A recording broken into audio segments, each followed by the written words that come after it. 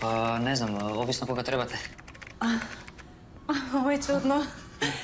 Šta ne radiš ti u restoranu? Da radim, da, mislim... Ines i Tomo se ponovno susreću, uzet ću ovo kao dobar znak.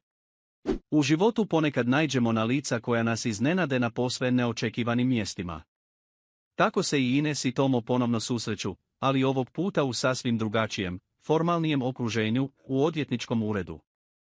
Tomo je nakon kraće pauze ponovno počeo raditi za Krstu, dok je Ines, na preporuku zajedničke poznanice Olge, odlučila zatražiti pravnu pomoć upravo u istom uredu. Nije ni slutila da će ondje sresti Tomu.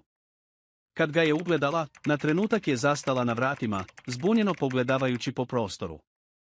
Jesam li možda promašila ured, upitala je s laganom nesigurnošću u glasu, iznenađena što Tomu susreće i ovdje. I dok je pokušavala shvatiti je li na pravoj adresi, kroz osmijeh je dodala, ovo je čudno. Zar ne radiš ti u restoranu? Tomo joj je sa smiješkom odgovorio, pojasnivši situaciju, jesam, do jučer. Zapravo, nisam tamo radio kao zaposlenik, bio sam vlasnik restorana. Njegov ton bio je ležeran, a oči su mu blago zasjale kad ju je ponovno vidio. Zatim ju je ponovno upitao za ime, pa su se ovog puta napokon i službeno upoznali, bez žurbe i izvan svakodnevnog kaosa. Ines, koja je došla s nemalim grčem u želucu zbog odlaska odvjetniku, odjednom se osjetila malo opuštenije.